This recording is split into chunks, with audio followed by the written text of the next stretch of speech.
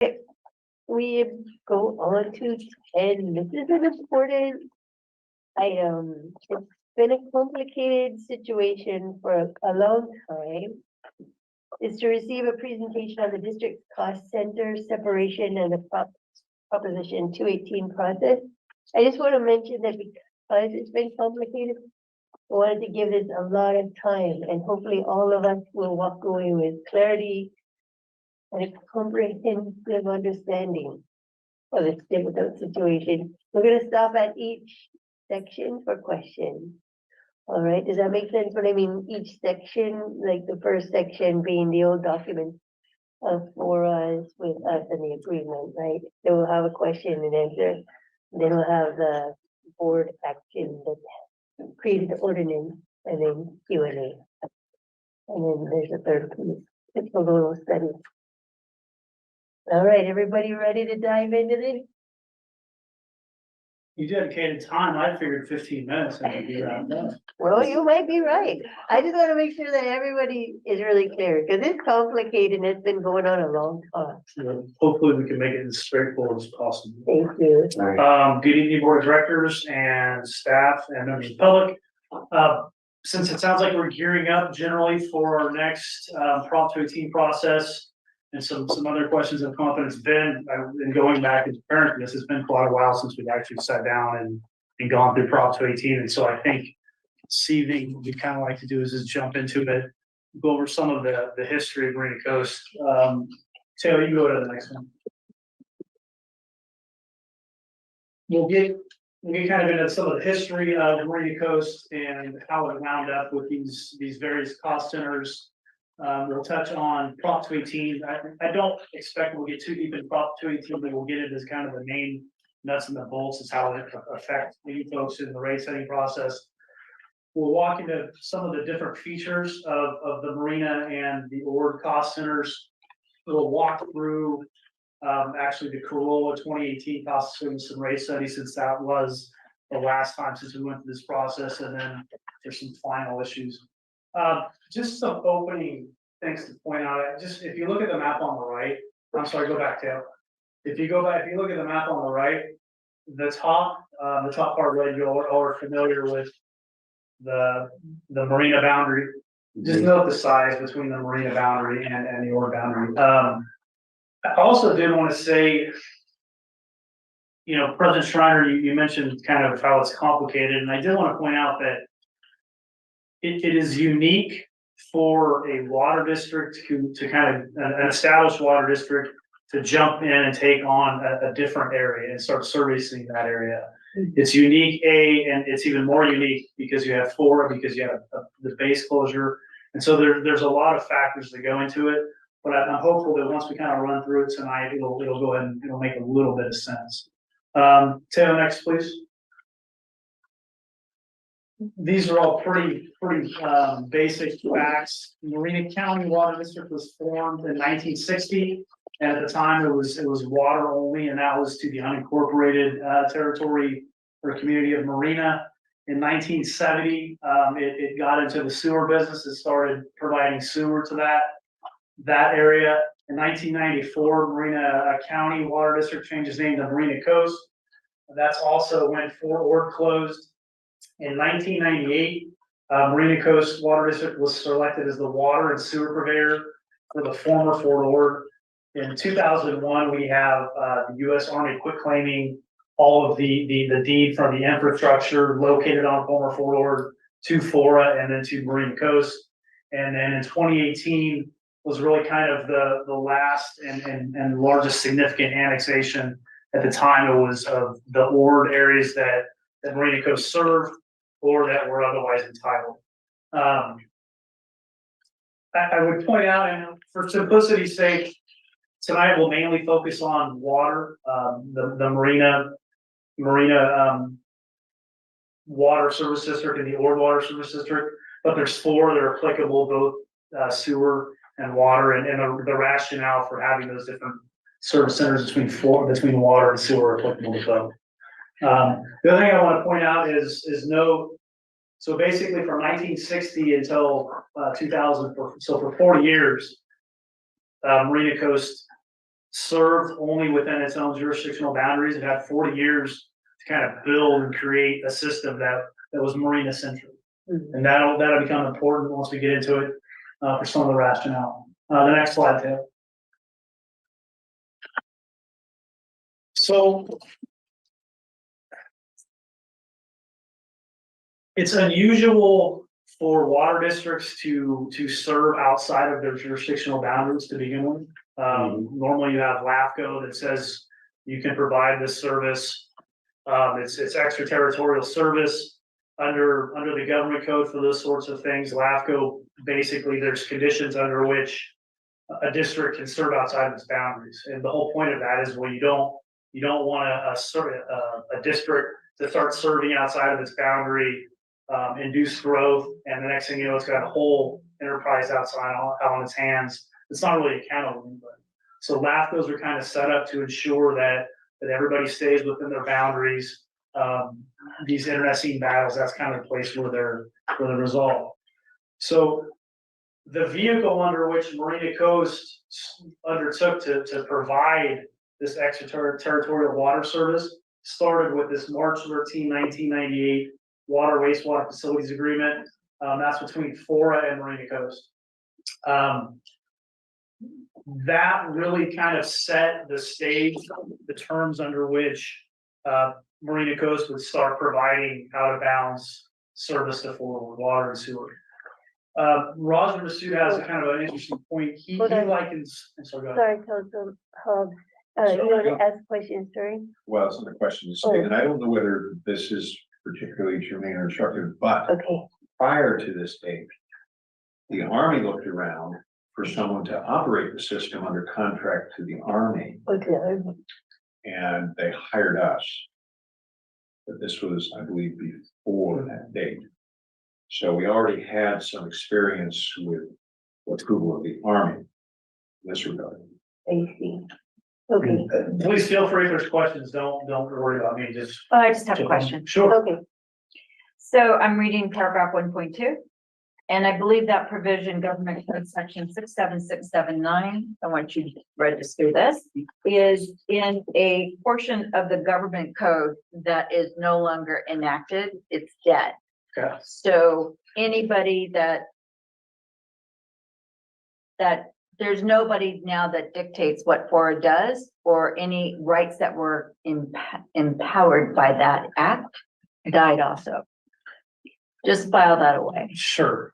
With the potential qualifier to the extent certain authorities may have been assigned. It was already assigned to us and it's done. That's my point. Sure. That's my point. There's no people stepping into FORA if you don't have the authority that was granted under an act, because the act is dead. You're done. Okay. And so it's all us. At the time, FORA acted almost as a pseudo CPUC, and meaning that complaints went to FORA. If you were outside of the Marina Coast boundaries and you had complaints with the service, you went to FORA, and then FORA would then bring it up with Marina Coast. Next slide. You can run through these provisions at your leisure, but what it really did, and this is getting into the finances between the two service areas. What this really says is that the Ord service area was going to be its own budgeted for, its own costs. We're going to be independent of the Marina budget. Their FORA had oversight in that they could basically, Marina Coast, when it submitted the budget, which included the rates, compensation packages and the like, FORA could comment on it, and the parties kind of had to agree what those numbers would be. Yes. So as to the separate fund accounting, Yes. I was on board when we had explicit discussion over this. And it was quite clear that our ratepayers would not support us taking on an Army system that we had already been maintaining for a number of years and knew that its condition was not great. We also we knew that FORA had ambitious plans, but we didn't know what they were. So we had no idea what costs might be entailed. And we were not about to burden the mostly blue class residents of Central Marina with a bunch of subsidy costs for the redevelopment of the former corridor. And the board quite explicitly insisted the general manager negotiate that term into the agreements before. That's one commonality that extraterritorial service generally has, is that, and normally the way it comes up, General Manager Scherzer and I were talking about, there was a law that was enacted in 2018 for failing water systems and for disadvantaged communities. The state, if you fail so many quality tests, the state water board will actually jump in and order you to be consolidated with a neighbor that's successful. The caveat is that the existing water district doesn't have to subsidize, those ratepayers don't subsidize the district being assumed. And so it's really, it's always been a political question as far as why should the ratepayers in one part of the territory basically subsidize and pay higher rates for the benefit of others, right? So that's kind of what's codified in the facilities agreement. The real point of it was to show that initially early on, Florida was always going to be independent, was always going to be separate. That's set forth in the manner, the vehicle under which Marina Coast entered into the ordinance service. Questions? As part of this agreement, didn't we effectively promise to pay annually a substantial amount of money to Flora? You did. Yes, the Flora was agreed to be paid a certain percentage of the Marina Coast revenues. That's right. Yeah, It's kind of like a franchise agreement? kind of, sort of, yeah. And wasn't it, my recollection is, we 100%. reached $1 million a year? I can't speak to what it was. Yet Flora also acted as kind of the planner. They were the ones responsible for coming up with what projects would be approved, the capacity charges for those projects to finance and fund those projects. That was really kind of the governor that they had on growth. And there were tremendous back and forths on capacity charges because initially around this time frame, they insisted on zero capacity charges because the poor developers were going to experience such extraordinary other costs redeveloping the former military base that they couldn't possibly pencil out if they had to pay capacity charges. And besides, the system was already there, even though it was ancient and creaky and not well documented. My understanding, yes, early on, a political decision was made at Flora that in order to induce growth, they weren't going to have any or exorbitant capacity charges that developers would have to pay for the system that they quote unquote. GM fought that. The GM and the board lost that particular battle at that particular point in time. And just so you know, it took 4 or 5 years. The actual cost data that was plausible to Fora to get them to realize that that wasn't going to work for us, which is how we ended up with the 50% capacity charge business and the surcharge onto the water meters of those who got installed in that 10 or 12 year period of time. Well, I don't want to touch that one right now, actually. I hear you loud and clear. Yeah. And on the timeline, I think that, the fact that the water district was formed in 1960 and being county rather than municipal, because the city of Marina was not yet Right. incorporated. Yeah, that was 1975. And then, you have a question? I'll comment that. Okay, I think you're gonna get to the Prop 218, but remind me when it was enacted, 1996, 96, 1996. 1996, okay. And you have a comment?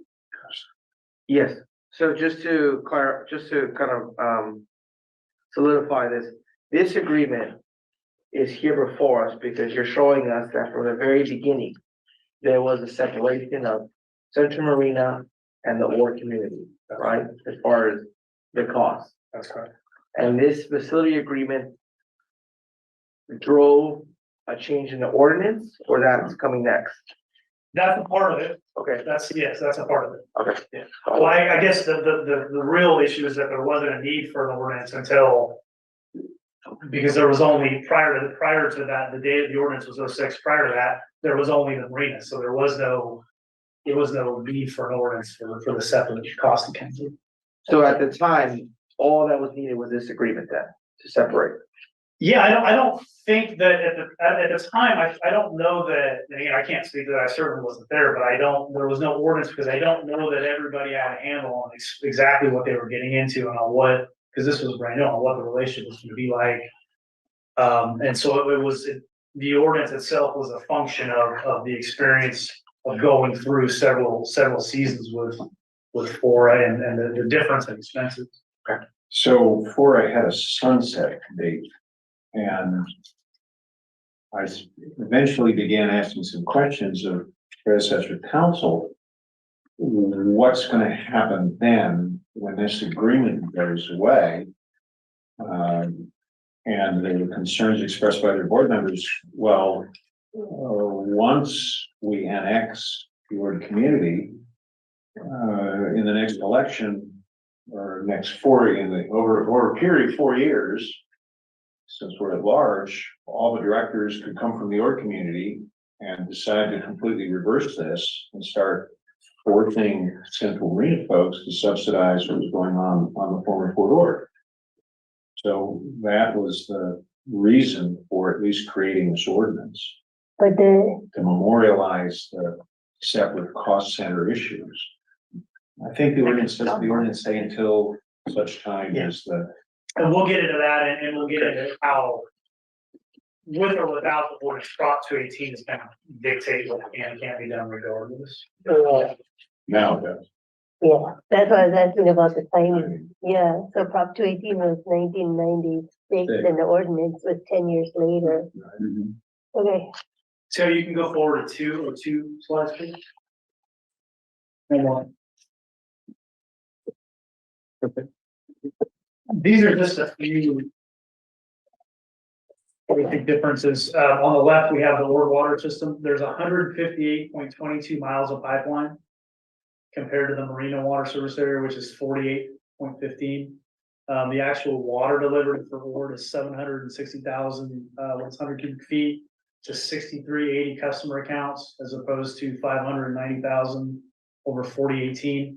And I think the last one is really one of the big drivers is the Ord water system, and Derek can chime in if he wants. My understanding was that the Army, if they needed a pipe, they put in a pipe. If they needed something, they put it in, and there's no building code standard. It's the Army. There's no civilian codes that are required. They weren't worried necessarily about lifespan replacement and best practices. It just wasn't. they Right? used They what really they had. either really overbuilt or really underbuilt. They didn't get that middle spot. So we call plan order for a reason. We don't know. Which is opposed to a California public water system that for 40 years has been, the rates have been paid to do one thing, to build a water system and maintain a water system. So they're two completely different animals. Next slide. And this leads us to the ordinance. Before we get to ordinance, can I point out something in the comparison? This is just the water system we're looking at. The wastewater system, one of the significant differences is we have 4 sewer lift stations in Central Marina, which is relatively flat. Fort Ord is not relatively flat. It has 14 sewer lift stations. 16. Oh, I'm sorry, 16 now. Yeah, right, because you guys built Replaced, but whatever. Yeah, and they're expensive. They can be $1 million a pop, depending on capacity and so forth, and consume electrical power and require a lot of maintenance, et cetera. So another significant cost driver. The point we're trying to drive is that there's a significant difference between just the nuts and bolts of the Marina water and sewer system and the oil water and sewer system. There's just different engineering pieces. And so that brings us to Marina Coast Water District Ordinance 43. And I'll just read, it's 6.04050 in the code. For so long as justified by objective administration, engineering, financial, or legal consideration, and notwithstanding the termination of the district's water and wastewater agreement with the Fort Ord Reuse Authority, the MCW will account for its operations from the Ord Community Service Area as a separate fund within the general MCWD operation. The Ord Community Service Area fund will have its own line items and account numbers, and will give the district the ability to report on revenues, operating, and capital expenses for the Ord Community Service Area. The one thing I do want to point out is the qualifier for so long as it's justified. And it leaves open the fact that it may come a day that with time and expenditure that there's equilibrium between the two systems, and once and if that happens, then it will be proper under both the ordinance and Prop 218 to combine. The board expectation at the time of writing this was that Central Marina is relatively built out. It's not going to see a doubling of growth. We expected on the Ord community a doubling or maybe even tripling of growth, or even more over time, which would mean more customers to help bear the cost of all of this infrastructure and everything we have to do, Well, which might equalize the rates eventually. you can look at it from one other standpoint. Okay, so the founders said, hey, we're gonna do this because we're gonna have all these new people in here, but we gotta protect our cost. We don't want to share it. You know, I'm just playing devil's advocate. And it's kind of like a Prop 13 thing, right? Hey, I bought my home, and so now my rates, I don't really care about these. We can see what's happened with Prop 13 with all the new development in here. They're paying a disproportionate amount of the property tax base because of the cost of their house. It's the same thing. I see it as kind of the same thing. Hey, we were here first. We don't want to, you know, even though we're gonna benefit with all this new development coming in. And on top of that, the developers are putting in a lot of these infrastructure that you're talking about, which ultimately got passed on to the buyer of the home. So you got all these new communities, the Dunes, Sea Haven, and of course, now, and East Garrison. They all put in their infrastructure as part of the cost of the home. So I'm gonna let you go on here, but I'm just really dumbfounded as to how we have these two different cost centers when we basically had, you know, they didn't have anything to do with the new I can understand. I remember, you know, your discussion about the Army putting in whatever, they didn't have any code, but all this new stuff coming in here is all up to current code. And it was put in by the developer, ultimately paid for by the purchaser. And I think the point remains that perhaps it's not there yet to where it's at equilibrium with the other rates. And there's just an added cost of maintaining and operating the infrastructure. I understand your argument, we'll get to the actual nuts and bolts of Prop 218. Well, yeah, I'm really curious about the interpretation of that too.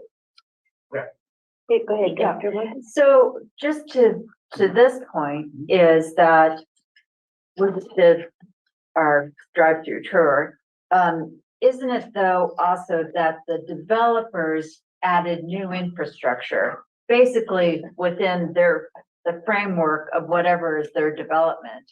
And that Marina Coast Water District, we still have all of the old infrastructure from the Army on the Ord areas that are in the common, I'll call it the common areas. But the developer didn't pay to replace everything. We're still hooking up to what is pre-existing and old infrastructure that we drove around and looked at, and some of it is near failure or we're concerned. So it isn't that the developer has built us a whole new water system or sewer system. They've only contributed to that portion, and I get that they've given some fees towards common places, but we aren't there where we're replacing it all. And not to complicate it, but the capital costs themselves aren't the main drivers of the rates. The capital costs by and large are paid for by capacity charges. They're not a function of the water rate, which is primarily O&M of each system. That's another question that I guess we'll get to going forward and really looking at the rates and whether or not how fair they actually are. Because we're not, we're still in a one size fits all in terms of, you know, the sewage transport. Everybody's paying the same rate regardless of how much they're producing. Probably, yeah, right. So, anyway, that's another issue. Okay. Were there any questions on the, and we'll get specifically to some of these issues as we go forward. Were there any specific questions, additional questions on the order? Do you see it as being, kind of redundant with Prop 218? Okay. Okay, I do, but I think it gives, I think it still serves a purpose because it gives the board. I think it does provide, it provides a mechanism to keep potential decision makers coming to risk, to saying, well, if my bill's gonna be lower, I'm not worried about Prop 218, I'm not worried about a lawsuit, I'm not worried about what is required by the rates. And so I think the ordinance itself gives direction to staff, gives direction to the consultants that they know what the job of their determination of the rates and where it starts. And in fact, when we get to the 2018 rate study, we'll raise them. They specifically approach this understanding that there's source of the cost. They don't come into it trying to recreate the wheel or not, because they understand that embedded in these costs, embedded in the cost of the data lends itself to, it's just more expensive to do marina water, marina sewer, or excuse me, or water and sewer. do you have a comment or question? Yeah, just to follow up, President Strider, when you said like it's a duplicate, who's driving it? Is it property 218 driving this ordinance 43 in 2006? Or what's driving this? No, I think George and Moore was quite open about what the ordinance drove that, and it was a political issue at the time. And I can't speak because I obviously wasn't around, but it essentially, the ordinance codifies the law in 218, is that it's the proportionality rule that if it costs more, if you have a certain class of customers, or it costs more to provide the service, they need to pay the proportionate share. So this was 2016 and Aura, I'm sorry, 06, and Aura was going to supposedly sunset in, 2014. yeah, 2014. So we're looking ahead. What happens when it sunsets? What happens to the term we saw in that earlier agreement? We're just left in limbo. So the board took action. Well, my sense is even if we were to eliminate this ordinance, Prop 218 would still require that we would be looking at the two sort of levels of assets or levels of expenses. I assume that to be the case. I mean, because the difference between, we'll just take marina water or marina and or water, for example. The difference between the two is fairly significant, and I don't think that over the last, since 2018, that it's fixed itself. The proportionality requirement of Prop 218 still exists.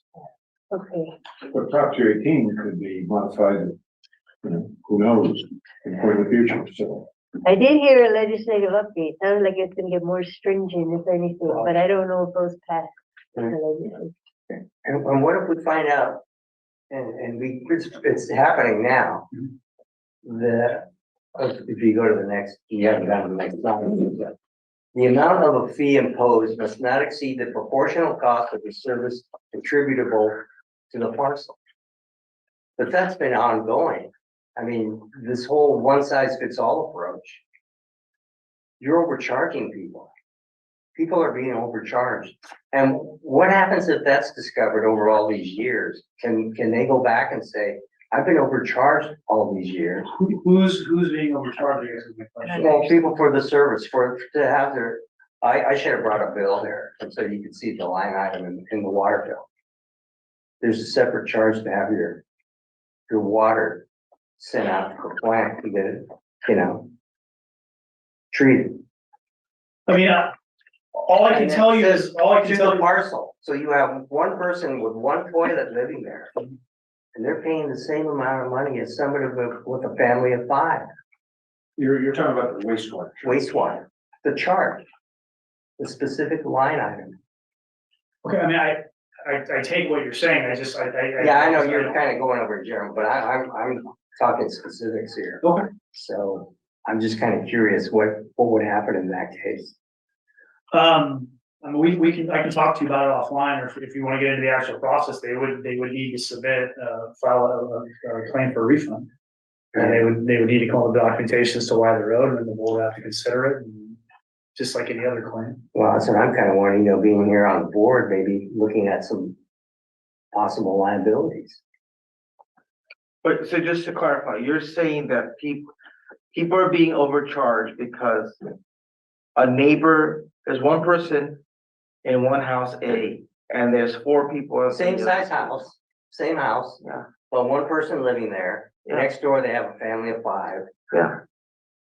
How's, I will tell you that because they passed Prop 218, and it says what it says, and it's been clarified in subsequent appellate cases. Right. And the cases themselves say that it's impossible for a water district to come up with specificity for each parcel, so each person has a completely different bill based only on the parcel. But that's not true. I'm just telling you what the case law is, Right. and based But upon that. in actuality, in practicality, there's a definite way of doing that. To make it much more proportional and fair.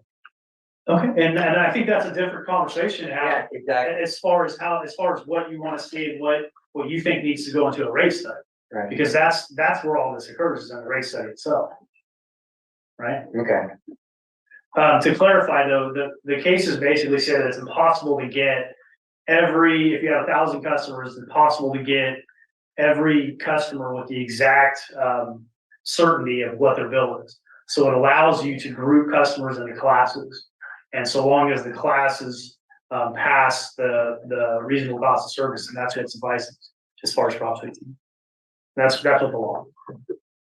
So Graham, hasn't it historically, and I'm not necessarily saying it's right, but hasn't it historically been common practice for single family home wastewater charges to be identical from one single family home to the next in many other water districts in the state? You can say that, yes. And I think that the thought process that leads to that place is that just like we deliver capacity to a certain meter, we're delivering capacity to a house, whether you Or not? whether you flush 100 times or whether you flush 1 time, the house has the ability to deliver one whole household's worth of service. I think that, so as it relates to what we're trying to do here is to set what are the bookends with which the board is gonna operate to set its rates. And so we're trying to understand what the rules are around us. I can speak from the staff side as we're beginning to prepare to build rates. We are looking at opportunities to sharpen our pencil and make sure that we better understand the level of service that we're delivering. So 2 follow-up questions. Number 1, has that principle been more or less, has it withstood little challenge, at least in the past? Single family homes having the same wastewater charge. Yes. Yes. Are there any districts where the wastewater charge is somehow connected to the total water consumption? Yes. Yes. So that would turn into a political decision on the part of our board, if there were the will on the board to. I don't know why it should be political, That you have a condo or an apartment. The board makes the decision. Yeah, that's what I meant by political. Well, I see what you're saying. But to me, it should be cut and dry. There's a number of ways that a governing body can arrive at the correct rate that passes muster or under the text of Prop 218. And to the extent there's multiple paths, that requires different values and different judgment calls. So in that sense, it's a political issue. So something like what I just mentioned your wastewater charge being related to water consumption would potentially work for us. But it wouldn't work for Pacific Grove. Because Cal-Am doesn't share its water consumption data with the city of Pacific Grove. And the wastewater collection charge, the city manages that system, not Cal-Am. So plenty of towns around here where they have to go with a fixed amount of or a flat rate. Anyway, sorry, that's a discussion for a future time. I didn't mean to derail. So were there other questions on? Okay, Okay, moving on. Taylor, you can move forward to the, what's this, Prop 26? There you go. As we discussed, Prop 26 was a California ballot initiative that was approved by the electorate in 1996. What did you We read? generally talk about it in terms of fees and charges. What's that? We keep referring to 26, I'm going, what are you reading? Oh, did I say 26? Yeah. About 3 I times. meant Prop 18. No, it's fine. We'll get to 26. I'm wearing glasses tonight. That's okay. If you add the number somewhere, it's 26. Sure. We talk about 218 in terms of fees and charges and water rates. Prop 218 is actually broader than that. And just kind of for background, and Director Memorial, you mentioned Prop 13. Prop 218 is the next progeny of Prop 13. It dealt with property taxes. And so what Prop 218 deals with, it limited basically the Howard Jarvis folks thought that agencies were trying to get away around Prop 13 by recouping otherwise expenses they couldn't get through fees and charges and assessments and like. You're still doing it. Well, there you go. And so they came up with Prop 218, and Prop 218 speaks in terms of charges that are made incidental to real property ownership or property related charges. For this conversation, we'll talk about water charges because for the main bulk of 218 charges are water, sewer, and I think garbage collection are the main three. There's two parts of 218. There's what we call the substantive requirements, and then there's the procedural aspect. And I believe there's 6 substantive requirements, but I just kind of put up the main 3. The first is that revenues derived from the charge must not exceed the funds required to provide the service. Revenues derived from the fee must not be used for any other purpose other than that for which the fee is imposed. And the last one, kind of germane to this conversation, is the amount of a fee imposed must not exceed the proportional cost of the service attributable to the parcel. That's when you design a rate study, the rate study works within the confines of the substantive requirements of Prop 218 to determine what the number is. The procedural aspects of 218, the affected property owners, normally basically your customers or owners that are immediately capable of receiving service, go on the list. They received this mailed notice. The mailed notice lets them know that there's a rate increase. It identifies the amount of the increase, the date, location of a public hearing, and their ability to lodge a protest. The public hearing that described in the notice can't occur for at least 45 days from the date of the mailing. And then at the actual public hearing, it's one parcel, one protest. And so if there's 1,000 affected parcels, they can submit protests. And if there's 501 protests submitted, then the agency cannot increase the rate as advertised. The one thing I'll comment on this, just for nomenclature, is it's not an election, it's not a vote. The reason, it gets blurry, but the reason why we say protest is because Prop 218 includes assessments. And for assessment, there are ballot elections and there are weighted elections. And so it can confuse things. So we have a majority protest for Prop 218. Questions on 218? Just so if the majority is protest, so you're 501 out of the 1,000, what's the next step? You start the whole process again. So you have to go through a new rate study, or you just make a new proposal for an increase and do the notice? Can you start just with the procedural? You can, but there's probably a reason why there was a successful protest to begin with. What I've seen happen, I actually have a client that has a very, very, very small customer base. Mhm. And what the rate that the rate study determined, they felt it was too high. And so they had kind of an ad hoc, let's meet, let's talk, and they basically had a negotiated rate. And they did a modified rate study based upon what was the agreed upon rate. They started the process over the 45 days, the notices, put it back up for another public hearing, and there was no protest, and that became. Okay. So you would start the process again, and what you're saying, if they're objecting, is then perhaps you go back to your rate study, that you made certain assumptions. And you might alter the assumptions, make an adjustment, but you go through this whole process again. Okay, you don't have to wait, you just start the process. No, there is nothing that says you have to wait, again, because it's normally a political issue, and so it's, the rate studies aren't cheap. And so if you have a district that got killed on its public hearing, it's difficult for them to justify going and spending another 50 or 60,000, knowing that they're gonna get denied again.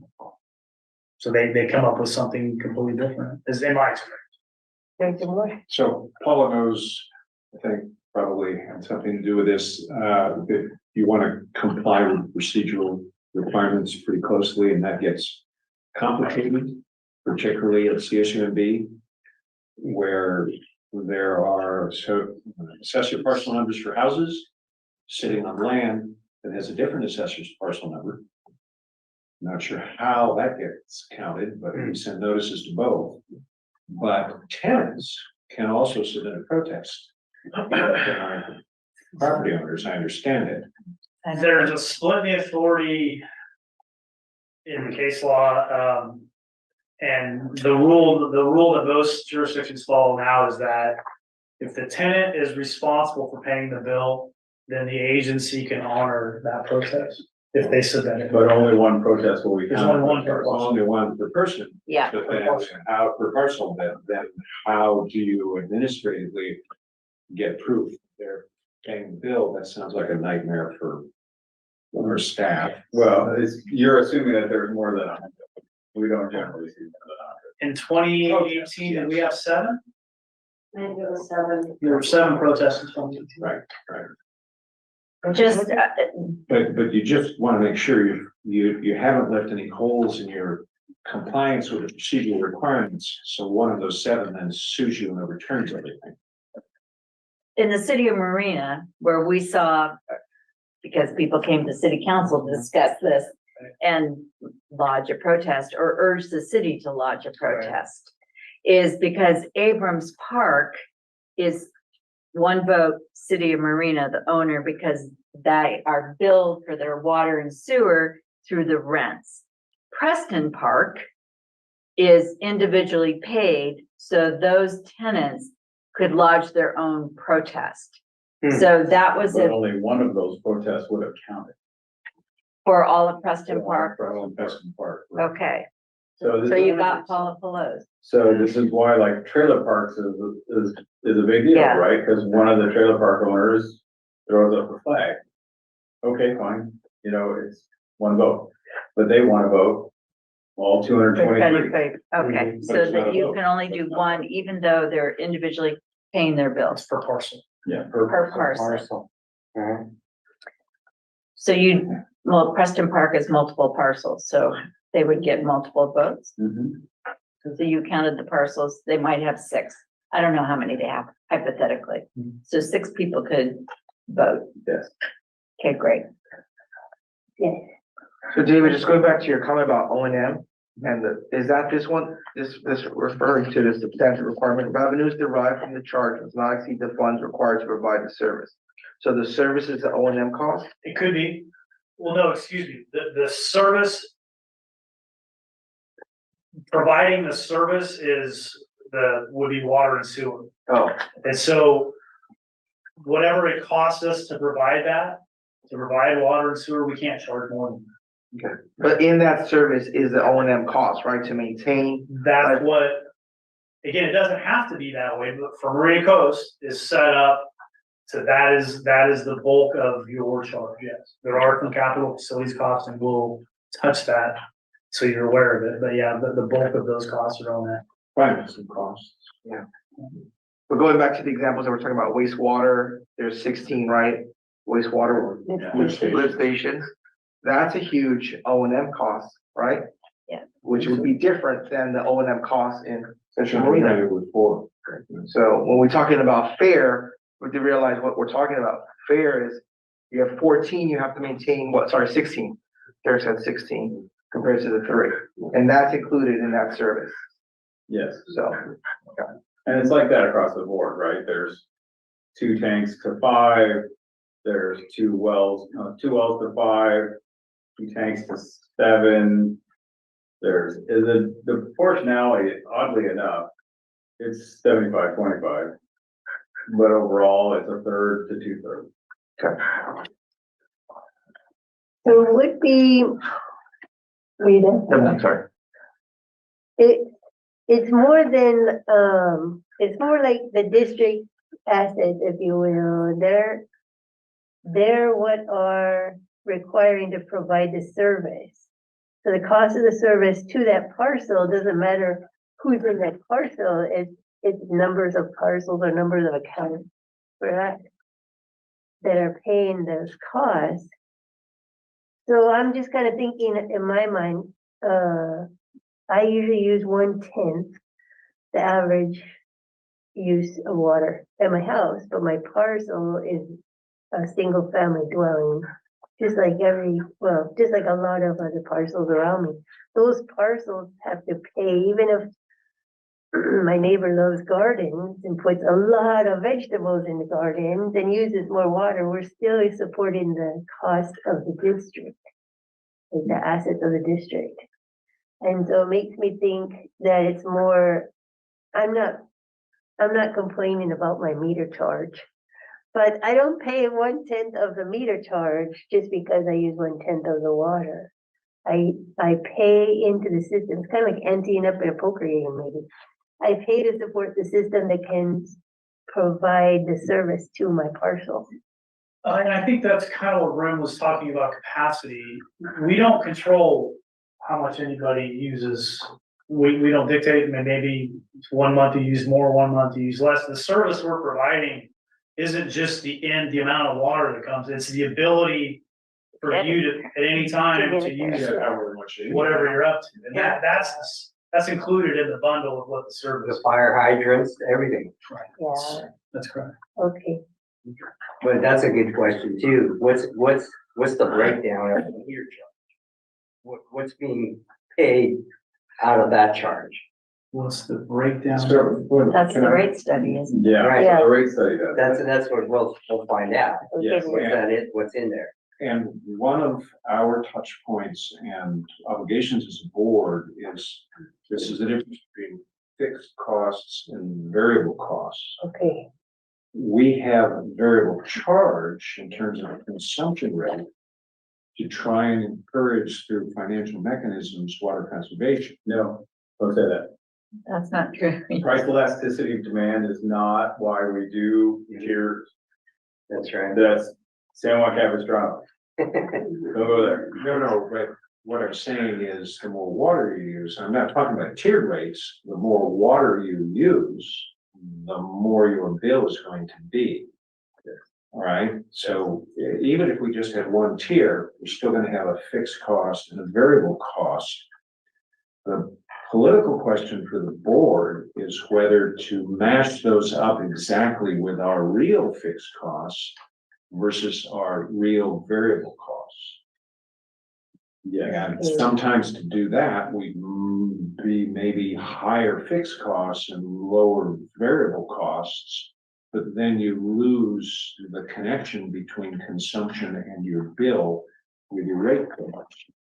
So there's, when we get to the rate making process, we'll get some advice and they'll probably give us some options. And we'll have to make a political decision as to where we want to land on that. The other thing to follow up on that is, in the case law dealing with 218 and rate challenges gets it, is that these are all forecasts, and they're all estimates. It's based on a lot of this is based on your budget. Budget. The budget is by definition, it's a forecast, and so judges aren't equipped to set rates, that's not what they do, so they just look at the record, and the record, the consultant, that they do a good enough job in the rate study, that I can track the map. I can see the steps. They don't make a decision, well, I think that their fixed cost should be higher and the tiers should be lower because it helps out. They don't look at that. The review is there substantial evidence in the record to support the determination that was made?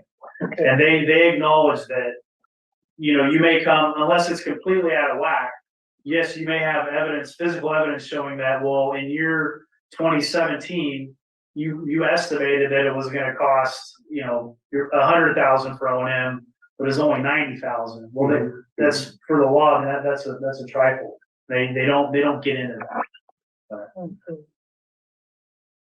right, yes, to Tom's point, the board will set the percentages, and in the past practice, a long time ago, 10 years ago, it was recommended that it be a 70-30 split, 30% fixed, 70% variable. But as we went through the drought, districts went to a 50-50 split because they realized that as you conserve more, it put districts in a precarious financial position. So 50-50 was kind of the settling ground where everybody was saying, okay, we're going to cost recovery in this area. Chances are, well, that's kind of where we're at now. That's an interesting point. Yeah.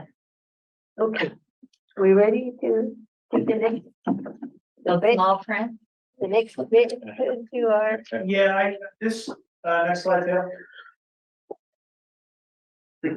There's two parts. The left is just a full quote from Morgan versus IAD and Imperial Irrigation District, and the right is, I pulled that from the Prop 218 guide for special districts, just so you guys get a flavor that it's not just me here pulling this out of my backside making. I mean, this is where it comes from.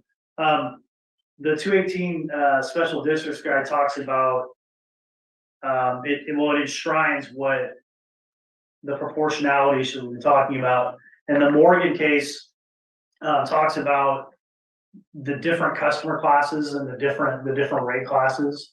Because one of the challenges in this case was that, well, no, Prop 218 requires you to have, everybody has to have the same rate within an agency, and the court dismissed that and said absolutely not. It's clear that section 6 of Prop 218 contemplates customers paying different amounts. And what they said is that the cap requirement, meaning the total cost to provide the whole service for 100%, you can't make money off that. You can't exceed that. But within that, the aggregate can be based and has to be based on the different classes themselves. In this case, for us, we have the Lord customer and the Marina customer. And again, just to finish, there's nothing in section 6 that prohibits an agency from charging different rates to its customers as long as the fees paid by customers are proportional to the total amount of the agency collects does not surpass the cost of providing the service in the aggregate. Questions? no, Marina Coast paraded this case around in front of everybody Yeah. at Fora when it did its presentation and argued about the rate differences. You guys did a good job. thank you. Can you say that part again? You guys did a good job. Thank I mean, it was informative because we were looking at your budget Yeah, and that's where customers were complaining.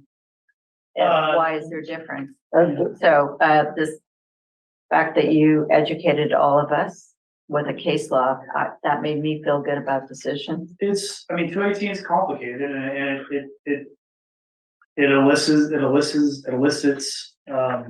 different opinions, obviously, because Visceral responses. it can be, yeah, because you're talking about customers' bills and you're talking about somebody paying more than what they think is right, and that it can be problematic, which is why we go through this and which is why we do the rate study.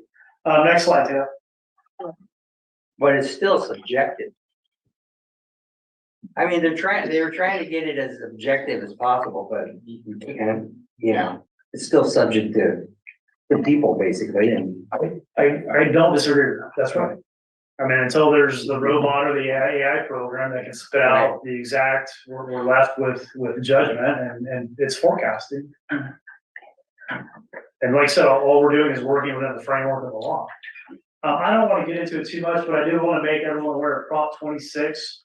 This is this was to close the loopholes that came up out of 218. This was adopted in 2010. Again, in a minute, Article 13A.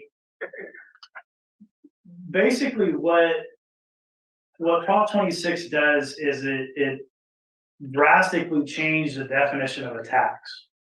And the implication of that is if something is a tax, it requires a 2/3 vote.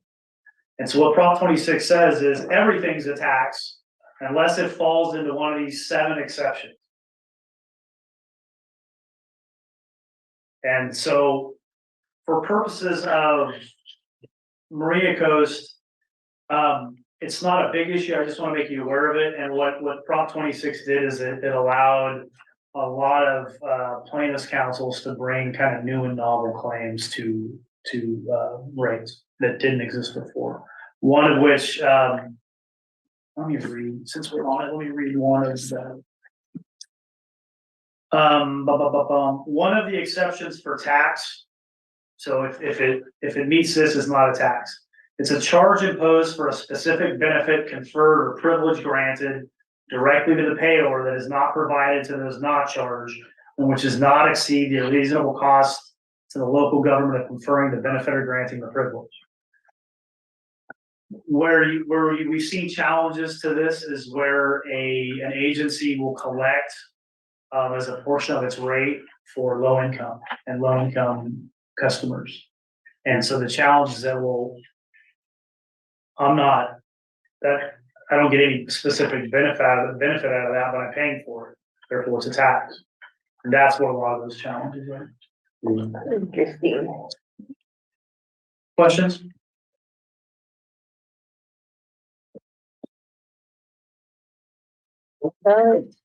Next slide.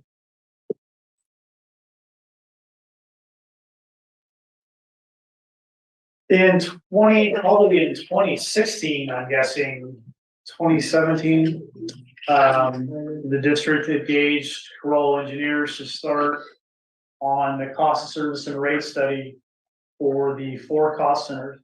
I picked that page because that's kind of their introductory, and it spells out that the rate design involves the developing a rate structure that proportionally recovers costs from customers from each of the district's 4 cost centers. So it mirrors the 1998 agreement, it mirrors the ordinance, and it mirrors Prop 18. And so what Corolla did, and that's a pretty extensive process. They don't just go to a couple meetings and look at your budgets. They go out, they investigate, they come up, they have their model where they come out and they figure out what the details are, so they can put those numbers into their model to come up with a determinable rate. And now we would be with 6 cost centers. Did our components go in here?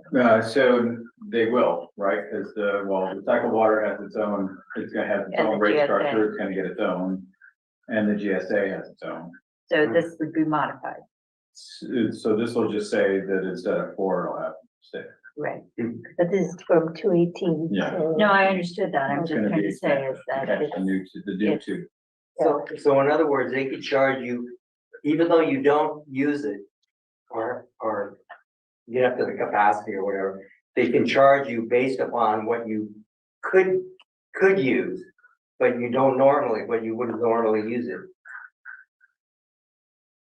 That's defensible. If it's proportional to everybody, yeah, and that's the same deal that everybody has, yes. They And that can, doesn't make it fair, but it's just, that's just the metric that they use to say. And this that's- is the justification for us charging you, because whether or not you use it to the capacity, we're gonna charge you for that.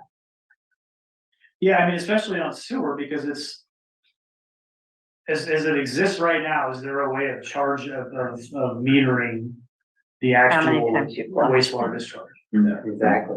So That's why the consumption going both ways is the most fair.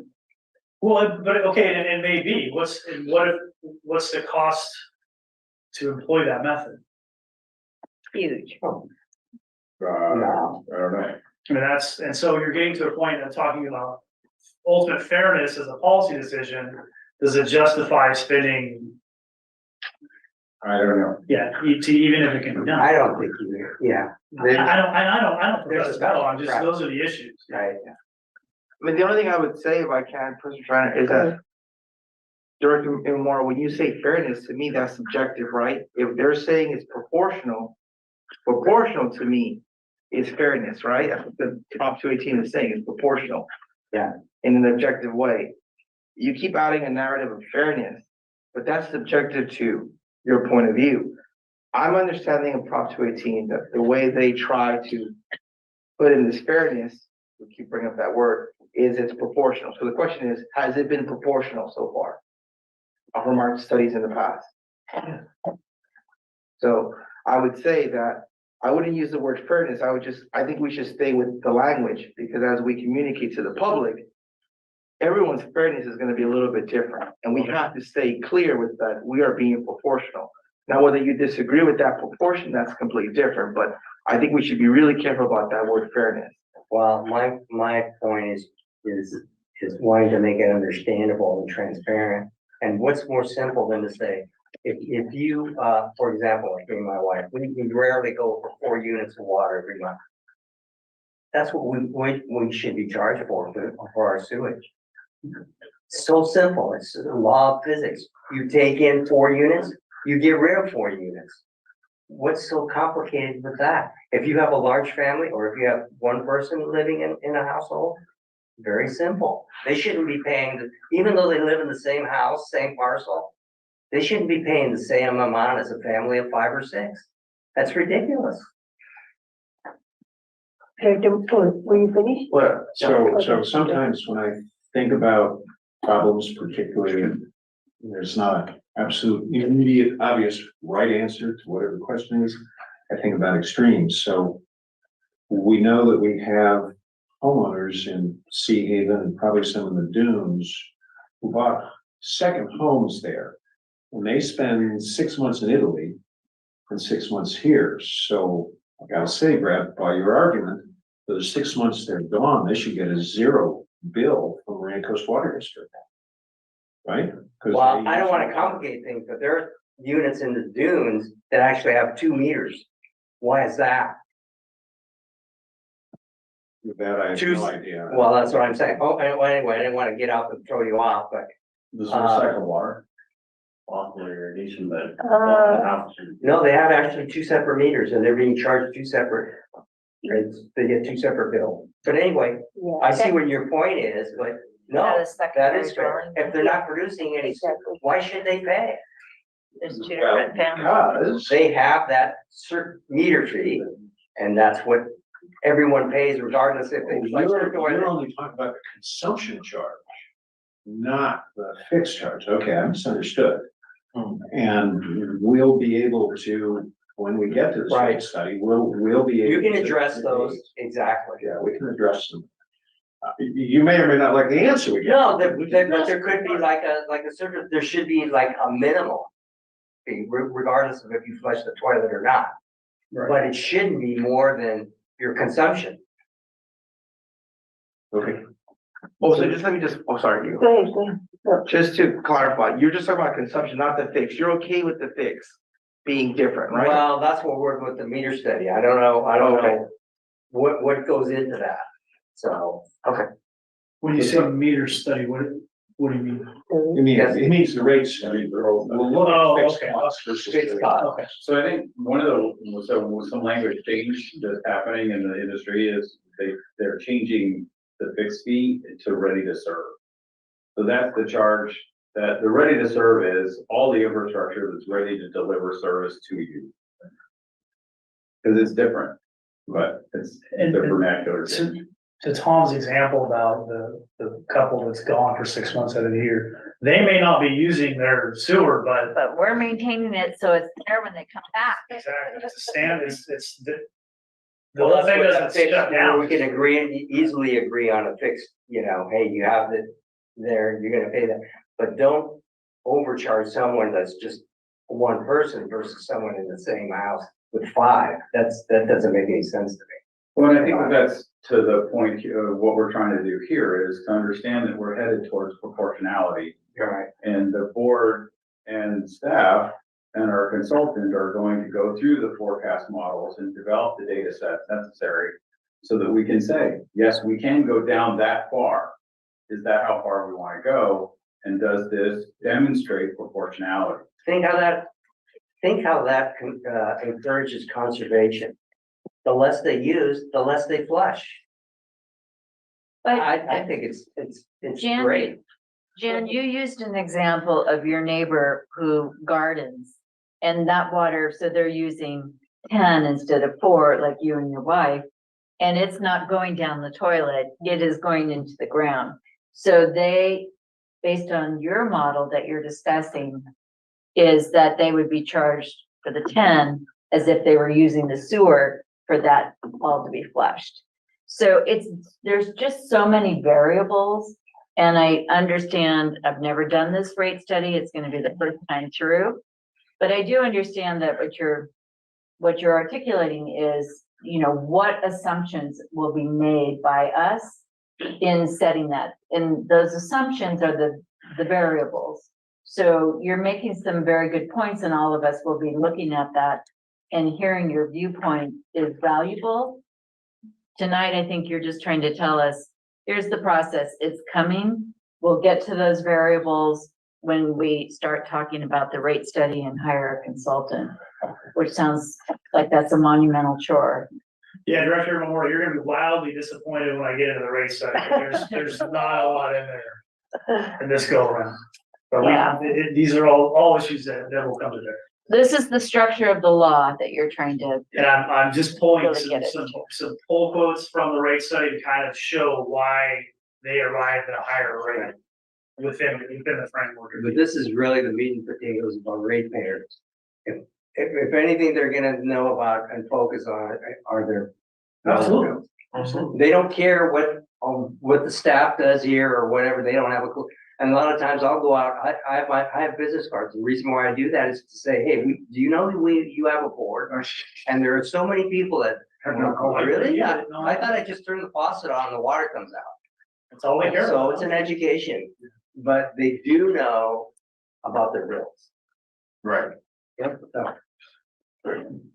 my only response to that is that the rates have to pay for the staff that they don't know what they're doing. But the reason they can turn on their water and flush their toilet is because of all this staff and the office staff and everything that supports this. So that's part of the rate. And I don't think they have a problem with it as long as they understand where is that money going? And are we paying what we should be paying? Right, absolutely understood. And I look forward to all of those individuals participating in the public meetings, not before Prop 45, the 45 days and those public They're not hearings. protest. I'm talking about in the meetings when we're going through this analysis, when our presentation from our experts and the discussion of the board is deciding what those factors are and what weights are given to factors in setting rates.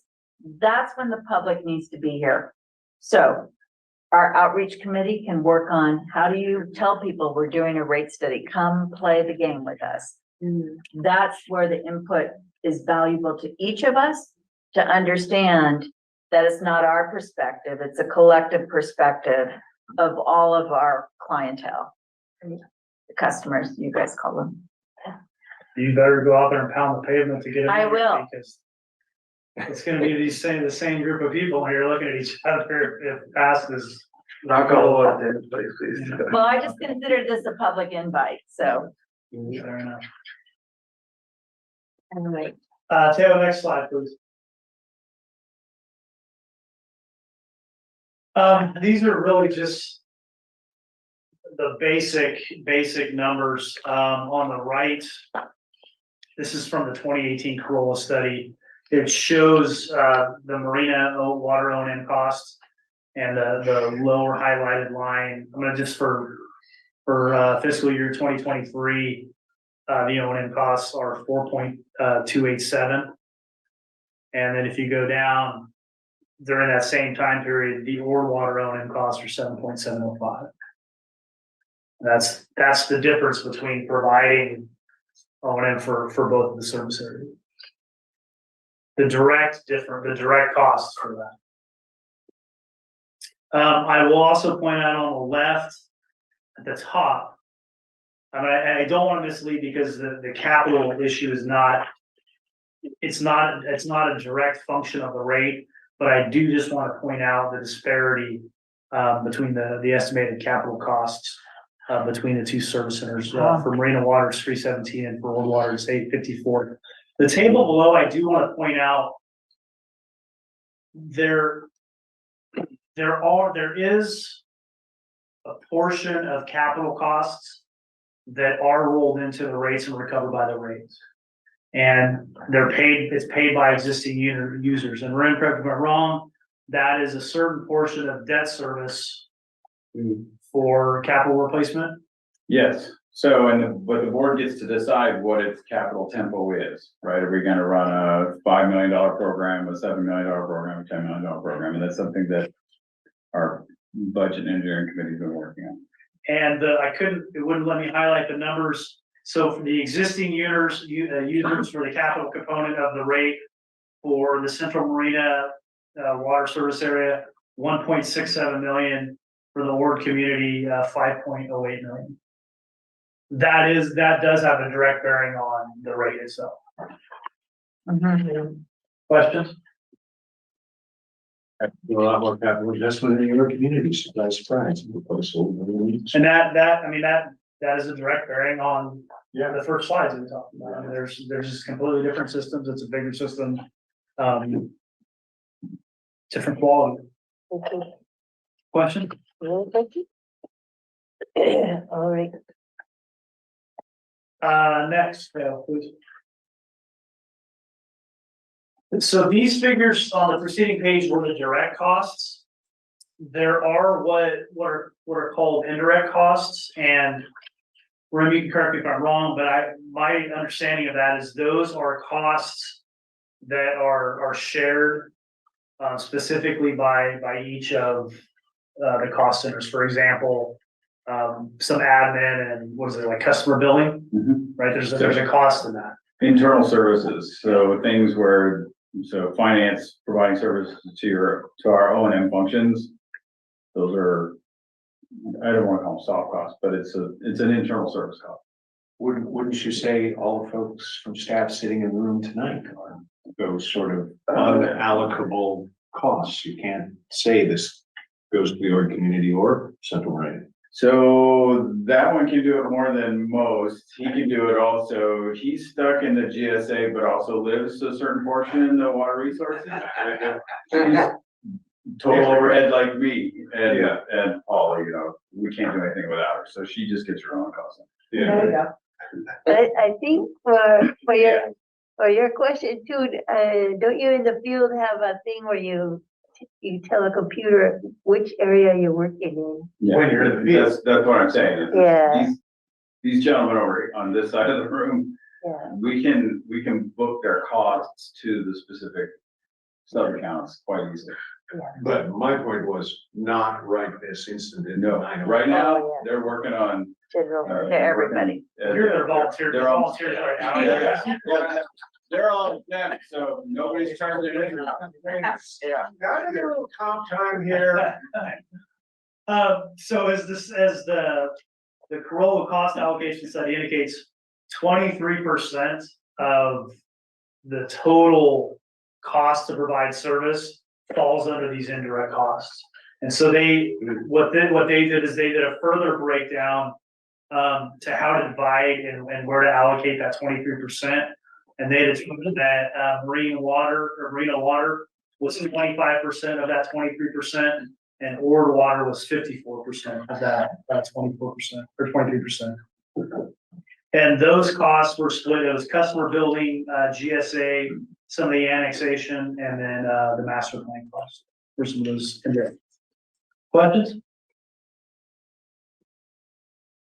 Next, yeah.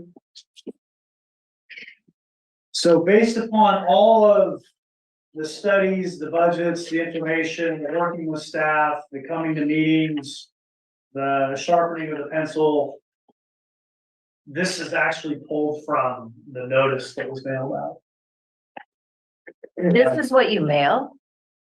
part of it. That's the backside of the flyer.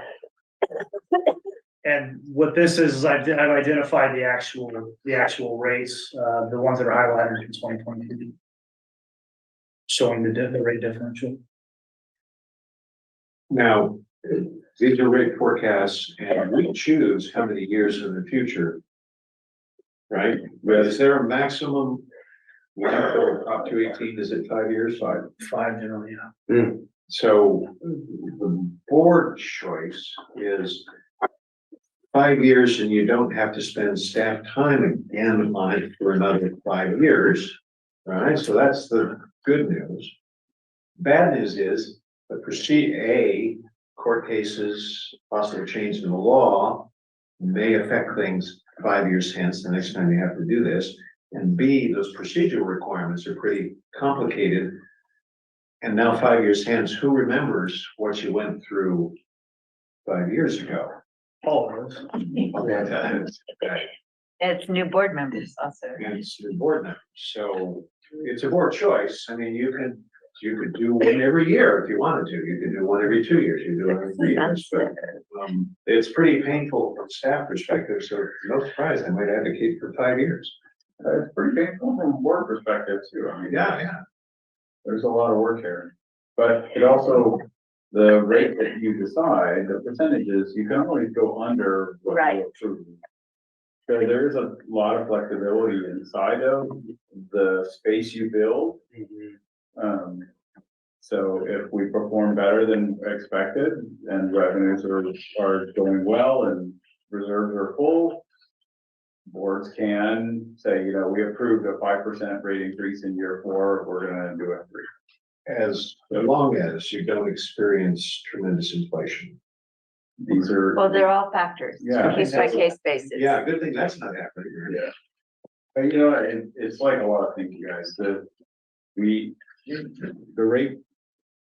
Hildebrand, our rate provider, and Mary and I will be building a forecast, and that's, that's as good as the model's only as good as our assumptions and how strong our assumptions are. Right. And that forecast will then inform our rate study, and we'll be talking to the department heads, and the department heads will say, X, Y, and Z, we're expecting this to fail, or this is on its last legs. I have this capital tempo I need to get done. I need the GSA to be in this position. I need more staff or whatever that is. Laserfish needs to come online, and we're trying to do these other things. Assuming all of that track works, and I'll jump into Gail's camp a little bit. The strategic plan informs a lot of what you're asking me to accomplish in the next 5 years and how you want the district to be positioned financially. So that forecast takes all that together, and then we'll come to you as we move through the process and say, this is what we think the revenue requirement is. This is how many customers we have now, and this is how many customers we think we'll have. These are the projections. This is what the rate structure looks like. And in my past practice, it's with capitals, kind of the push-pull, where we can say, what kind of capital tempo do you want to be engaged in? And in this case, knowing this framework, we can subdivide that into, this is how fast Marina is moving, this is how fast Ord is moving. This is where we want to focus the majority of our efforts.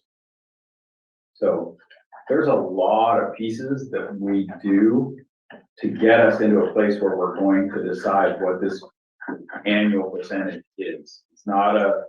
This is not a trivial process, to your point, Tom. We go through it Yes, every 5 years. And it's a lot of work. But it's good work. You know, as long as we're putting in good data and we're making good assumptions, we can bring to you something that is logical, is absolutely transparent and proportional to our customers. I don't think that there's a person in this room that is out to gouge anybody. If on the other, you know, I would say it's to the other, it swings to the other side. We're a resource custodian and we're here to protect our communities and we're here to do it at the lowest cost possible. Sorry, I'll get off myself. Yeah. No, I was glad to hear the strategic plan was in there. It's coming. All right. Questions on that? Nope. Wait. Taylor, you can go to the last slide, please. These are just some minor kind of last minute housekeeping, matters. The question came up in 2014 specifically because we have four cost centers as it were. Do we need to require then separate Prop 218 proceedings for each? Actually, the Morgan case that I cited says, no, you don't do that. And in fact, if you were to do that, it could present a reverse Prop 218 problem. Because if you had, say you had two service centers, you had two separate Prop 218s. And so in our example, if one, there was a majority protest, you couldn't increase the rate. And this one was successful, well, they still have the indirect costs that they have to pay. And so these folks are now having to pay, and now these folks wind up subsidizing the folks that have majority protests. And so that in itself violates Prop 218. So the recommendation is that it's one single 218 process. I did want to point out that as we talked about the code, the ordinance 43, it allows the board, like I said, once there's equilibrium and once everything is, the proportional is the same between the two service centers, the board has the ability to come up with a uniform rate between Ward and Marina.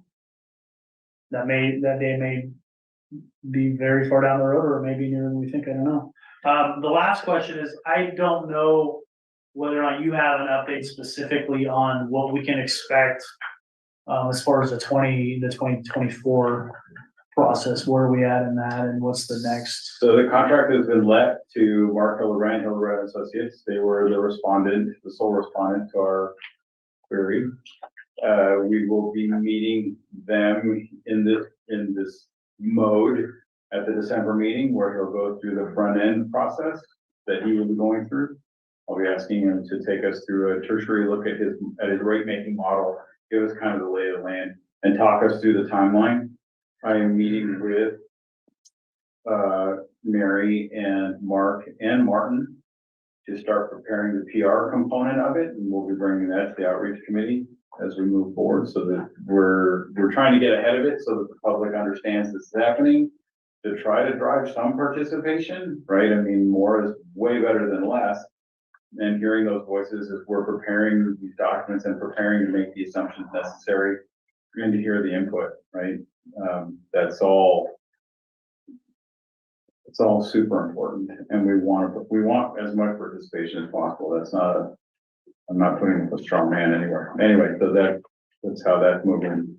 And then to connect it, Martin is putting together a schedule for me for the strategic plan, so that what I'm trying to accomplish is these two to kind of move together through time, because right as they both land, we're going to start building the budget at the end of quarter one and into quarter two.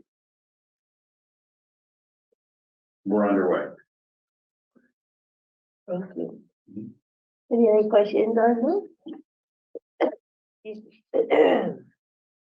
Wow. So everybody feel clear and have full understanding? No, I'm ready Framework? for my 1 hour of continuing education. I'll That's a I'll lot. sign it and put it on. Yeah. Well done. Now, with the shared screen, I can't tell if we have any members of the public, but we usually go to the public after we make a motion. In this case, we're just receiving a presentation, so we can go to the public and ask if there's anyone out there who has any questions regarding the, okay, and I do see somebody with a hand up. So we'll go to Sherry Damon. Staff, can you make sure she can unmute herself?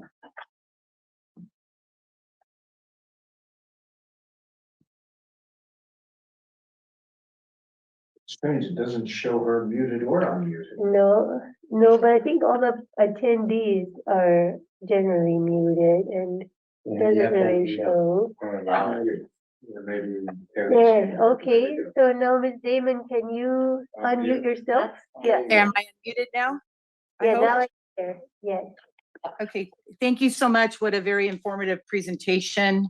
I had a question on the comparison between the Ord community screen. There was a slide that was shown that said the Ord community has 158.22 miles of pipeline and 6,380 customers. And my question is, how many miles of that pipeline serve the federal enclave in the Ord community? I'm assuming that that includes customers in the federal enclave, but maybe not. And how many miles of pipeline actually serve those federal customers? And then a related question is, and I think this goes to Board Member Morton's point about the number of votes, and it be 1 vote for 1 parcel. How many votes then does the enclave, if it includes the enclave, federal enclave, have? Is it 1 for the federal government total?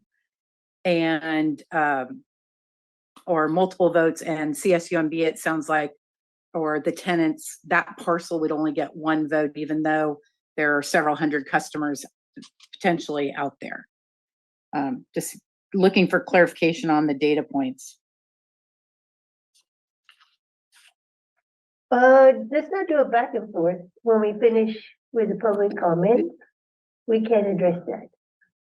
Yeah, real quick, I'll just to the end, as far as All right. I'll go ahead. take the back end. No, she was asking for all the public comment before we started. Oh, I'm sorry. Otherwise, you'll get into a big back and Okay, forth. oh, yeah. So please don't. I know in the board it was good to Oh, do no. that, but Okay, please. Well, that's yeah, fine. Go ahead. thank you. Are you finished, Ms. Damon? I think so. I mean, at this point, I'm just looking for clarification of the information. And if you wouldn't mind if somebody could provide me with a copy of the PowerPoint presentation, that would be fabulous. Okay, and then go ahead, staff, and we'll move on to the next public commenter. So you can, thank you. I'm sorry, I should announce before I go to the public, and I sometimes do and I sometimes forget to. But what we do for public comment is we take all the comments, including questions, and at the end, we just simply respond to those questions. And a lot of times I've seen it happen where you'll answer a question, but then there's a follow-up question, and then it turns into a long back and forth. And that's what I think it's better outside of a board meeting to do a long back and forth. But inside the board meeting, I want to keep it contained. No problem at all. Thank you for your understanding. Thank you. If you would like to answer the question, you can now, but I would suggest that staff work with Damon and clarify those questions later. What's your preference? That's fine. I think we can answer the parcel question. Yeah. We don't have the data for the other question. Okay, Yeah, sure. As far as the specific parcel questions, I honestly don't know, and I don't know that we'll know until we go through and identify the affected customers. And once it comes up, to the extent it's 1 parcel, then yes, they would only be entitled to 1 protest per parcel. But to your specific parcel questions, I just don't know. I don't have the data in front of me. you want to weigh in on the question? Yeah, just a little bit. So I did at one point a couple of years ago, take a look at some specific areas of housing at CSUMB where the faculty members own the house and there is an APN for the house.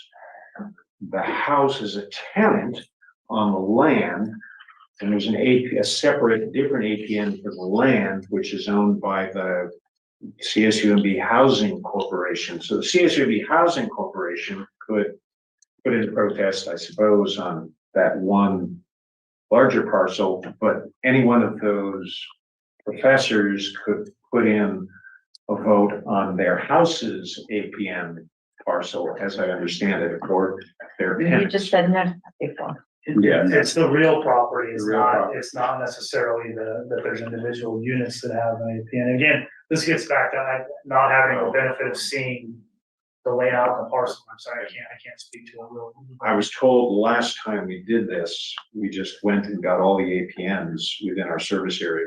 And we didn't sort out whether it was for a house only or the real estate under the house. Correct, and we'll do the same this time. We'll take all the customer accounts, we'll take all the APNs that are available within the service area, and we will send notices to everybody.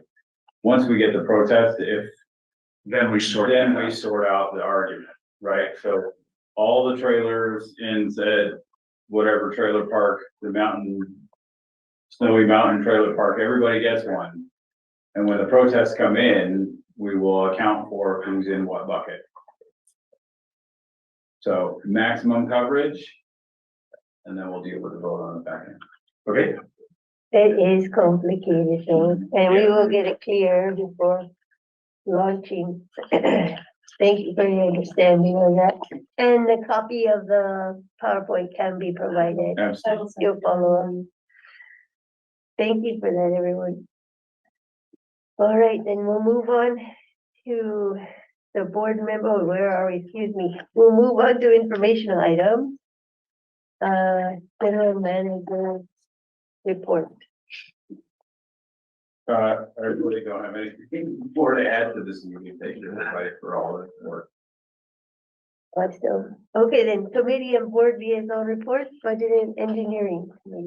Budget and Engineering Committee continues to refine. Excuse me. Our retention policies. We expect to have it reviewed in December. We will have it for the board meeting in December. Sorry. You got the, you got the tickle now too. Oh, Yes. And it's been a great collaboration between our committee members and our staff. And that's what we've been focused on, nothing else in that committee. Thank you. Executive committee? Yeah, we had a long discussion about, what we put on the agenda, and we kind of think about different things that come in, and what we really focus on when we create an agenda is the impact to the district, short-term and kind of long-term. We have to kind of like balance out what those kind of topics are. Right now, we're in a situation where, we have Prop 218, we have the strategic plan, we have this reservation policy that's gonna come forward. And so we're thinking about, okay, what space do we need to have so that the board members and the staff have the right timing to digest this information and still make really constructive decisions. And so part of the executive committee is basically getting everyone's kind of ideas for agendas and to figure out what really works for us. And so I just want to share with the board, sometimes those are difficult conversations because we do want to put everything in, but at the same time, we really have to figure out what's the most impactful. And so sometimes you'll get a board packet with just one action item because we believe that that's what we really need to focus on. And so this is a good example of us kind of focusing on what happened in closed session and this action item. And so I just want to share that with the board, that there's a lot of discussion that happens in the executive committee when we look at agenda items. That balance is obvious. Thank you. Yes, thank you. And community outreach committee? Right? Sure. We received an update from our communications and outreach vendor, Martin Roush. I think most of you are familiar with him. And what was interesting, so he went over, how many hits we got on our website and the continuing, I've been getting them almost every week. So they're really getting out of information. He also indicated that the district, Marina Coast Water District, now has a spot on Nextdoor. I don't know if anyone's familiar with, I don't use Nextdoor, but we finally got in on that. I guess it was a procedure that agencies have to go through to get on. So we're actually on that one right now. So that gives another opportunity for people to, to interact with each other. And then also, we're giving a presentation of the draft homeowners association presentation. So, I think we had indicated before that we wanted to go after the various HOAs out there to really let them know what we do here. So, that was a really good presentation. And also, Ram, our general manager, gave an update in terms of our student interns. And I don't know if you wanted to mention something about who we have on staff right now. Sure, we have, we updated the board on the 3 that we have so far, 4th on the way. So we have 1 right now from MPC and engineering, and then we have 2 from CSUMB, 1 in O&M and 1 in conservation, and we're working on picking up a 4th to work in our IT unit. And this is really kind of the groundwork that we're doing at the staff level to try to make sure that we're, for lack of a better word, pipelining people into our industry, or at least letting young people understand or know what being in the water business is and what pathways are available when you get. And then the final thing to identify for future committee meetings, we wanted to look at our social media policy and update that. Okay, good. Nice. And then M1 Water? Yeah, so last board meeting was the 30th of October. And there were only 2 major action items on it. One was simply a report, an update on the existing customer assistance program. It did not get used as much as we had hoped. It is, by the way, compliance with Prop 218, funded in no way by rates collected from our customers. It is funded from things like interest earned on money that we have in the bank, non-ratepayer funding. So they're looking for some ways to possibly get some expansion in that program to help the folks who have more financial difficulties in the world. And then the big item that was approved was to change our billing agent from a commercial company that has had a couple of serious missteps in the past 2 or 3 years over to the tax rolls. Yeah. So that will be moving forward over the next 6 to 9 months. Probably hit until sometime next fall. And those bills stop coming once every 2 months to you and start showing up in your tax invoice for those who are property owners. And then on Thursday, we have the Recycled Water Committee meeting that I sit on. I have not had a chance to read the board packet yet. But in case anyone from staff or the board and the public, there is an item to consider recommending approval of a contract with Larry Walker Associates for NPDS permit services, including for the Monterey Peninsula Water Supply Project. There's also an item to consider recommending rejecting the bid from Monterey Peninsula Engineering for the CP356 Fort Ord Interceptor Repair Project. I don't know if that has any bearing that staff would be interested in, but you can go to the Monterey One Water website if you haven't had a chance to do so and download the entirety of whatever staff's having some. And the next meeting is the 27th of November. That's my report. Thank you. Well, okay, next item is number 12, board member requests for future agenda items. I think I went a little bit over, but you reiterated a little bit about how the role of the executive committee is to review the agenda item requests. So you wanna make sure you get those agenda item requests in early. Just clarification, so they go directly to you and to, Vice President. and the vice president? Uh-huh. Okay, so just to you and then copy. the Now vice we have a president. Brown Act violation. Well, that's a good point. I think, Oh, that's right, yeah, that's a good point, so probably just you, right? No, don't you submit it to Brim? No, it's Well, submitted pursuant to the procedures manual, submitted to the board president. I think, Just one. See, I went through Rim before and then. Yeah, one. I just know that two is now But it- three. I think, But it, You're not asking for a decision. you're not asking for a decision, you're just asking. So it's just schedule. informative, okay. Yeah, you're just trying to schedule something. Okay. so the Correct request, us if I'm wrong, but Yeah, yeah. scheduling is not. No, I think normally you just send it to the president. Okay, That's don't fine. copy. Okay. So, so here's, so here's how we do it, is you would submit it in writing if you like, or you can ask for it during the meeting right now. Then it goes to the executive committee, which will include staff, because staff was gonna create an agenda for the executive committee to work off of. So in that way, there will be 3 board members who know about the request. But we're not discussing amongst ourselves, I vote yes or no on this request. It's gonna come before the board, and that's when we're gonna be discussing the ins and outs. But I think it's not a Brown Act request. Got it. When it comes to the executive committee, but it's asked for by a third director. Because we're just gonna review whether or not it's gonna be on the agenda.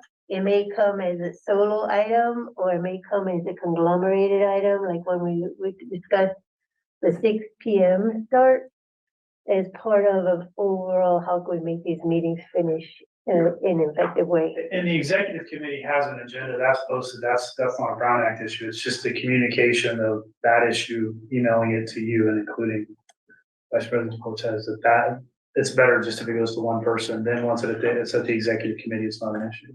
That's all. It's just communicating that first request. Okay. All right, Sounds good. and then if the request is submitted in writing, then it needs to include a board action, like what do you want the board to do with this agenda item?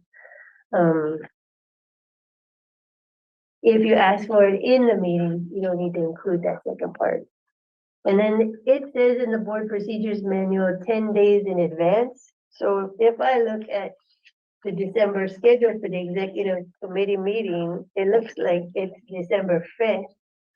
So you would need to count back 10 days before that to put in writing. But honestly, I wouldn't wait until like it doesn't have to be exactly 10 days before the meeting. You could request it in writing tomorrow morning, and then you're well more than 10 days before the executive committee. But yeah, it's a process, and it's in the long run, I think, makes everything go more smoothly. But when I'm describing it, it sounds like a real headache. I'm sorry. But that's why it's a nice time to just say it out in a board meeting, because then I think it's the easiest way. It still goes through the executive committee. And it's not a Brown Act violation if the whole board is hearing about this agenda item request in the meeting. Understand? Okay. All that being said, does anybody have a request for a future agenda item? All right, good. We'll move on to 13, the director's comments, and I try to go alphabetically with the officers last. So Director Imamura, would you like to make any comment? To the board and to the rest of the staff, have a happy Thanksgiving. And especially a safe and healthy Thanksgiving, so.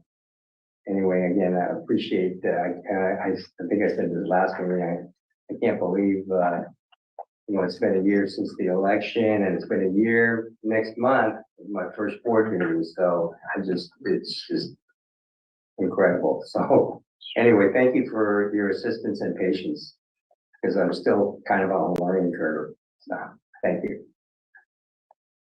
Director Moore? So, once again, staff, thank you very much. Good prep, good briefing from our attorney on this. I think we had some great discussion tonight, so thank you for that. I also want to express my appreciation to our two board members who are a little bit under the weather and their willingness to wear masks and not share whatever virus they have with the rest of us. Hopefully does. It's very kind of them and much appreciated. Director Morgan? So the one thing I did want to share is that, our general manager and I continue to meet. We met with Senator Laird and Dawn Addis, our assemblywoman, trying to bring the issues forward about the need for state funding for some of our capital improvement projects. One in particular that we have invested $500,000 in this year's capital improvement project for the desal, restarting our desal. All the permits being in place. It's an estimated 7.5 million. Our ask was for 5.5 million coming from the state. They don't have anything, they're not ready for a legislative ask until January. So I am expecting that I will get the cooperation of our general manager into continuing to move that forward as we try to bring the issues of Marina Coast Water District to a state awareness. And if there's funding that is available, that we are in line to be considered. So that's what I've been doing on my off hours.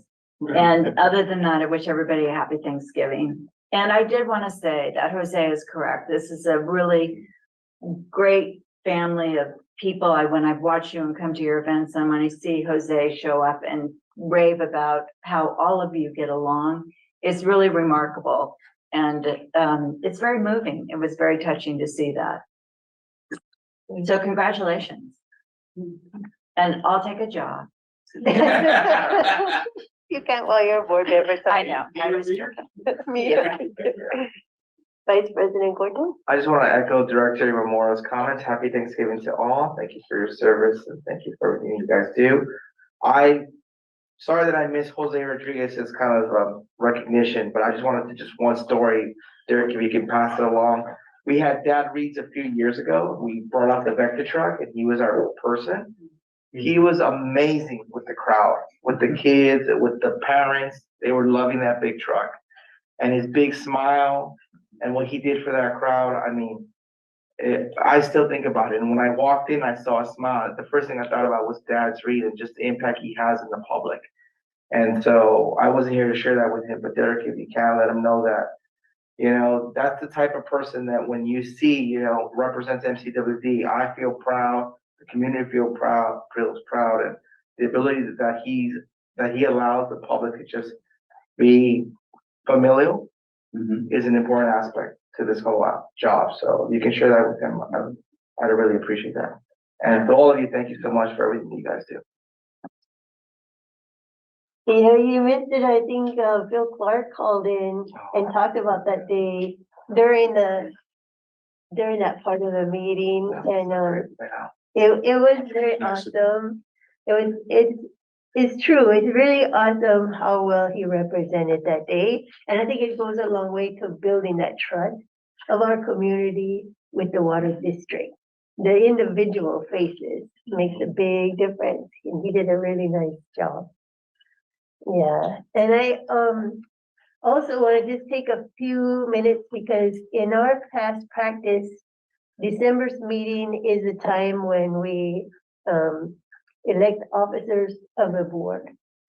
And in the past practice, when we have a change of officers, we just simply switch seats and there's no opportunity for speeches. So I wanted to make a short one tonight because in our board procedures manual, it says an officer should not continue, the president should not continue more than 3 years in a row.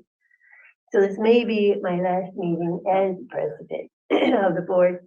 And I really, really found it to be not only an honor, but a huge learning experience as we went, especially with the staff that were here during the time when I became president. Within, I think, a few weeks, we lost a board member and a GM. And so it's really quite an exciting first few months, in my opinion. I learned a lot.